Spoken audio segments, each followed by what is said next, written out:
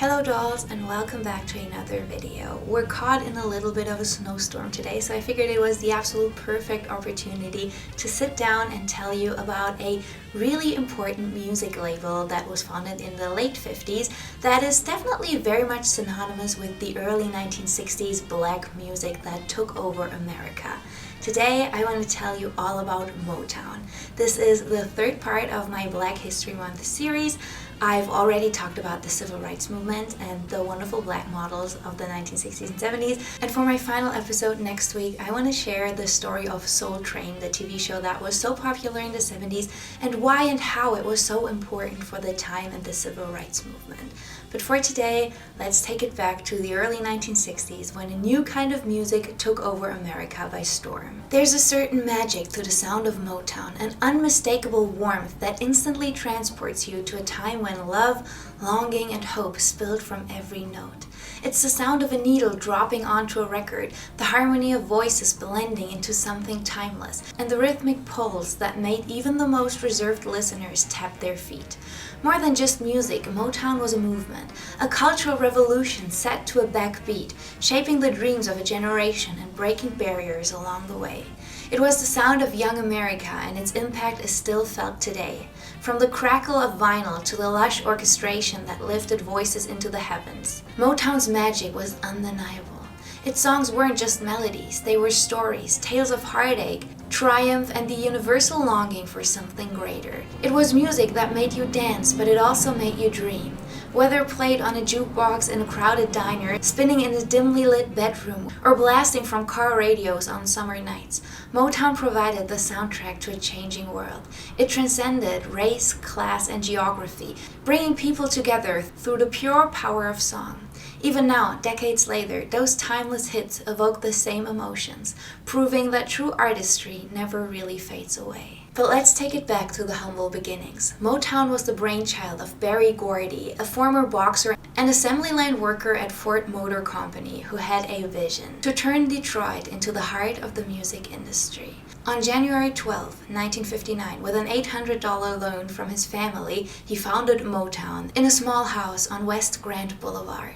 That house, soon known as Hitsville USA, became the creative headquarters of a sound that would change music history. Gordy's journey to establish Motown was deeply influenced by his upbringing. His family, part of the Great Migration from the South, had moved from Georgia to Detroit in search of better work opportunities. Raised in an environment that emphasized hard work and faith, Gordy carried those values into his career.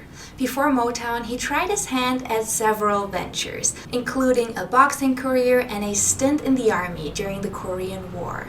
He briefly ran a jazz record store before realizing that songwriting was his true passion.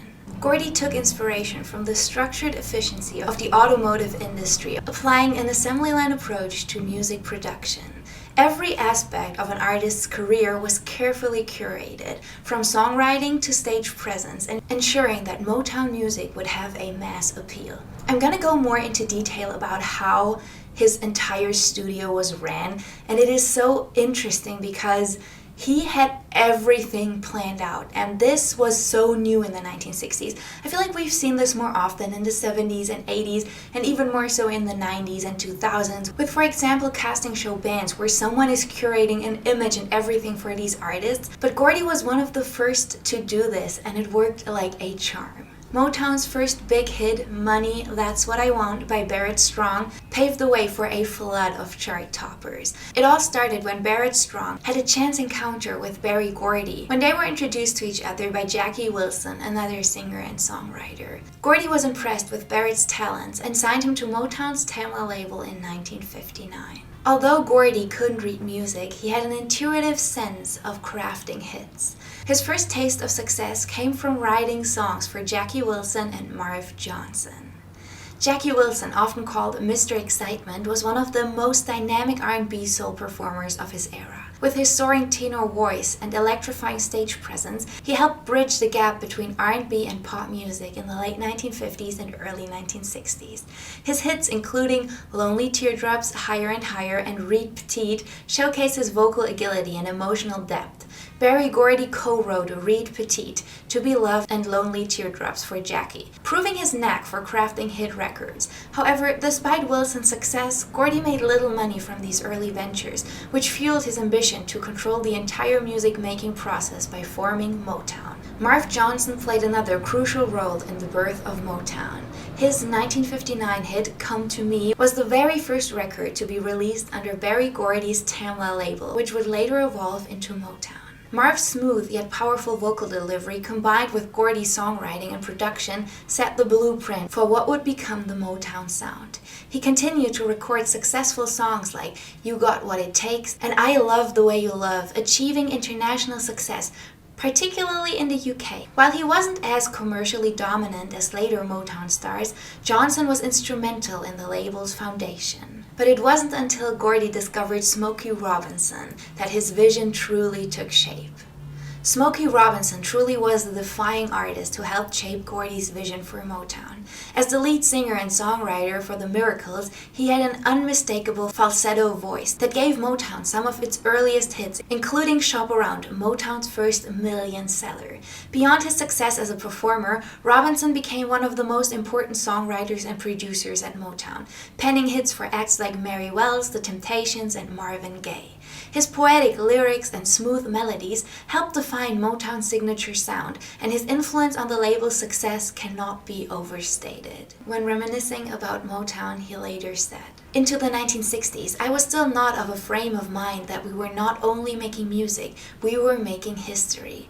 But I did recognize the impact because acts were going all over the world at that time. I recognized the bridges that we crossed, the racial problems and the barriers that we broke down with music. I recognized that because I lived it. I would come to the South in the early days of Motown, and the audiences would be segregated. Then they started to get the Motown music, and we would go back, and the audiences were integrated, and the kids were dancing together and holding hands." But Motown was also really influential and important for shaping the girl group fever of the 1960s. The early 1960s had lots of girl groups. Many of them were black, and many came right from Motown. One of Gordy's signed bands, the Marvelettes, finally gave the label their first Billboard #1 hit with Please Mr. Postman. While Smokey Robinson and the Miracles' Shop Around became the first Motown single to sell over 1 million copies. Over the next decade, Motown launched the careers of some of the most legendary artists of all time, including The Temptations, The Four Tops, Martha and the Vandellas, Gladys Knight and the Pips, Diana Ross and the Supremes, Marvin Gaye, Stevie Wonder and the Jackson 5. From 1961 to 1971, Motown churned out an astonishing 110 Billboard Top 10 hits. Motown's success was driven by its signature Motown Sound, a unique blend of gospel call and response, jazz improvisation, and tightly structured pop arrangements. This sound featured catchy rhythms, often accented by tambourines and hand claps, along with prominent melodic bass lines and soaring vocal harmonies. The Funk Brothers, Motown's house band, were crucial to creating this sound, playing on almost every record at Hitsville. Another key element was the so-called radio box, a small radio used during mixing to ensure songs would translate well to AM radio play.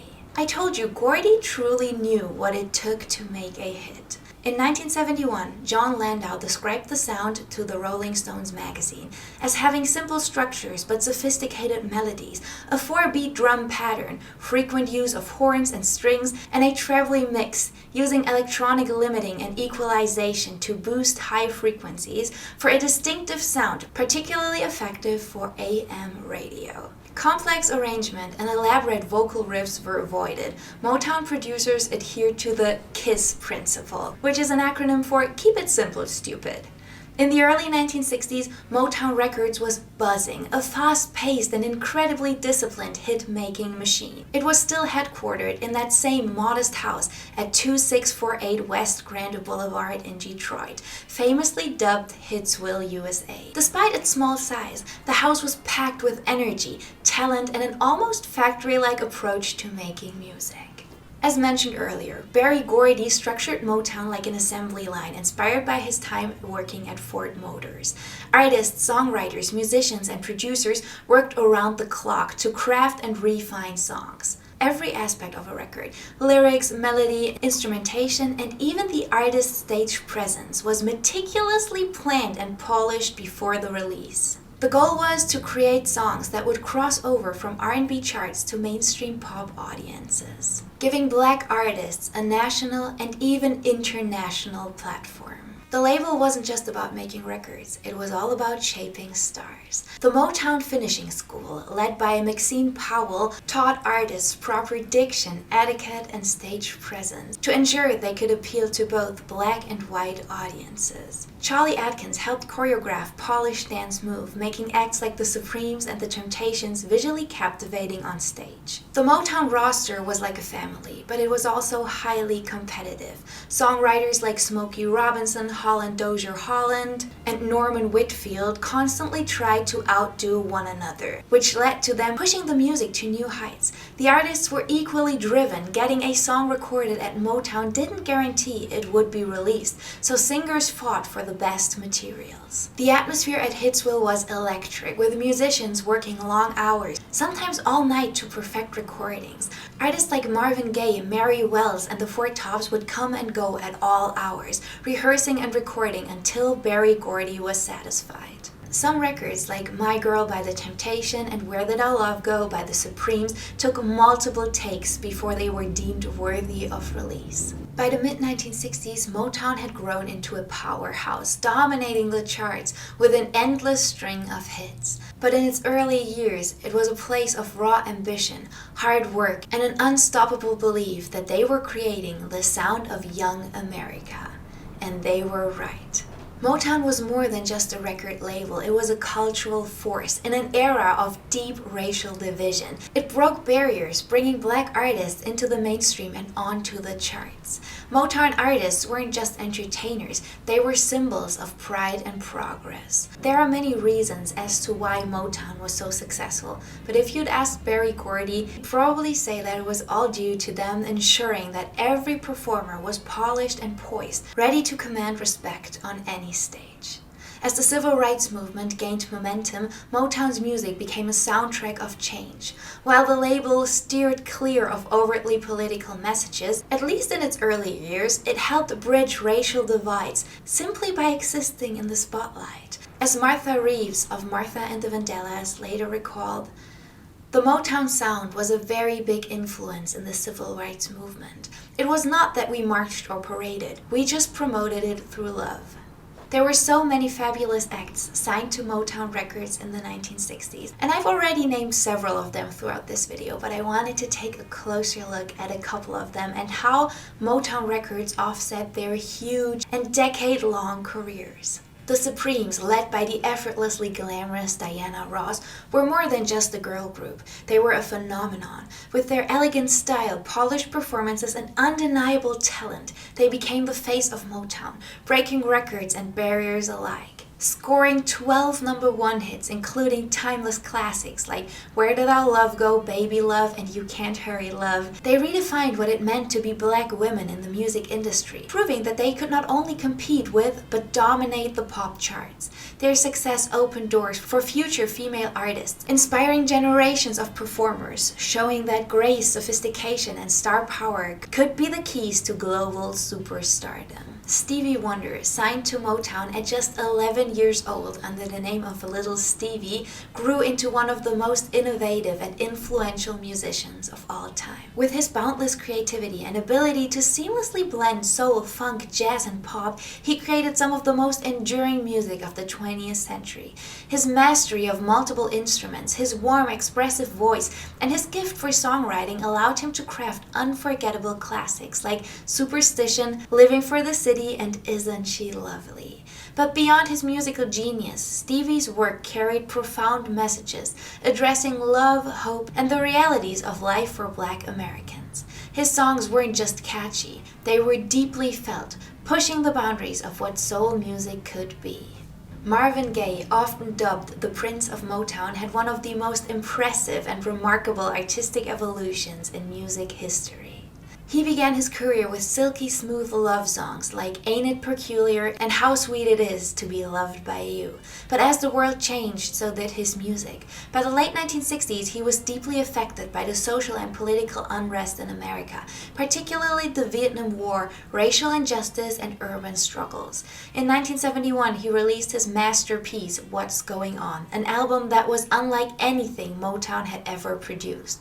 Songs like Mercy Mercy Me, The Ecology, and Inner City Blues, Make Me Wanna Holler, were haunting, urgent, and deeply personal, tackling environmental issues, systematic inequality, and the disillusionment of an entire generation. It was a bold and groundbreaking move, one that transformed him from a crooner into a truth teller, an artist whose music would echo far beyond the Motown era. Together with many more Motown artists, the Supreme Stevie Wonder and Marvin Gaye helped shape the sound of Motown, and in doing so, shaped the future sound of popular music. Their legacies endure, their songs still stirring emotions, filling dance floors and inspiring new generations to dream, to love, and to fight for something greater.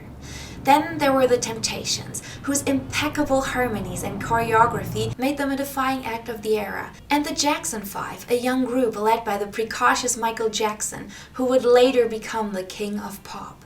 Motown was also home to Martha and the Vandellas, the Four Tops, Gladys Knights and the Pips, and many more artists whose influence extends far beyond the charts. Motown wasn't just about making hits, it was about making history. In a time when segregation still crippled America, Motown was one of the few black-owned businesses that achieved mainstream success, helping to bridge racial divides. Gordy insisted that his artists be polished, professional, and appealing to both black and white audiences.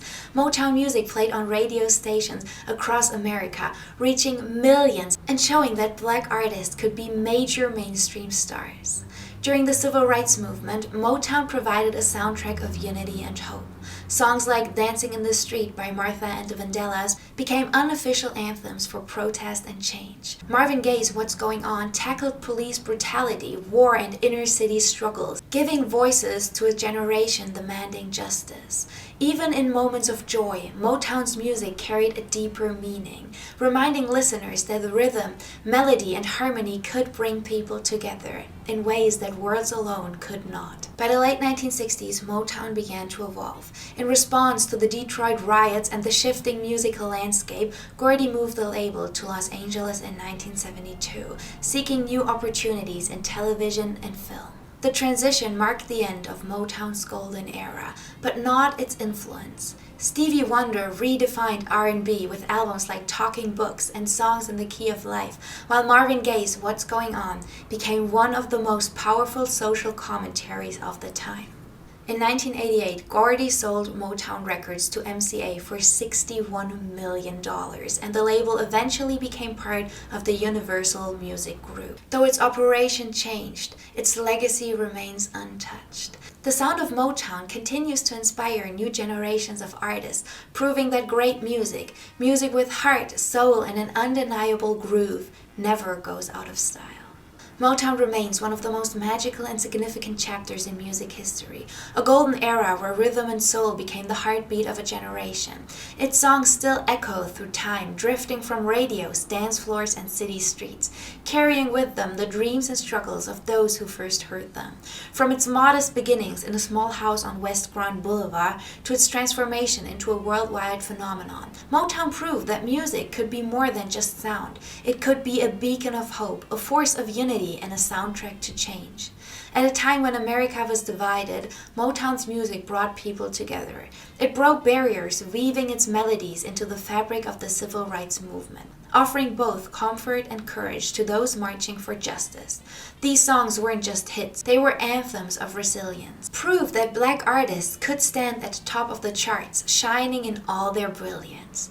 They played in the background as history was made, on protest lines in living rooms where families gathered around the television, and on record players spinning late into the night, dreaming of a better world. And as long as voices rise in harmony, as long as feet move instinctively to that unmistakable unbreakable Motown groove. Its legacy will never fade. The music lives on, not just in the notes and lyrics, but in the spirit of those who dare to dream, to dance, and to believe in a world where love, joy, and justice could be shared by all. So that is it for today's video. That is all I have for Motown. This once again is a video where I would love nothing more than to be able to play some of this music, but I can't. Unfortunately, YouTube will take everything down immediately. I've gotten a couple of questions also in the Stones video why I don't use the music. I just can't. Everything will be blocked and taken down. But I decided to put a link in the description box to my Spotify, and if you click the link, it'll bring you to a playlist that I curated for this video. It includes all the songs I talked about, all the artists I talked about, just to kind of give you a general idea of the Motown sound. I really hope you enjoyed the video. Let me know what you think about Motown. I personally love it, and for a long time I knew all of these artists, but I had no idea that all of their sounds came from the same house.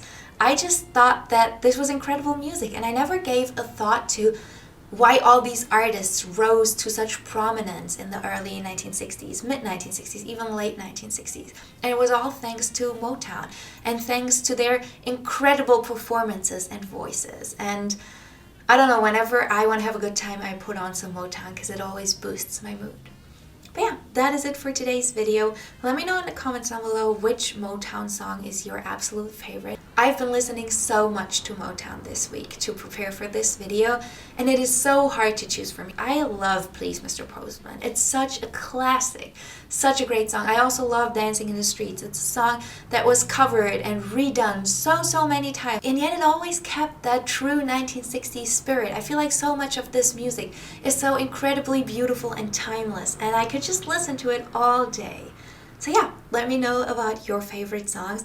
I need to stop filming now because it's been snowing really bad and the sun is setting, so I feel like I'm losing light. I want to thank you so much for watching. I hope you have a beautiful day. Go out, enjoy the sunshine. If the sun is out, if it is snowing, maybe stay in, just stay safe.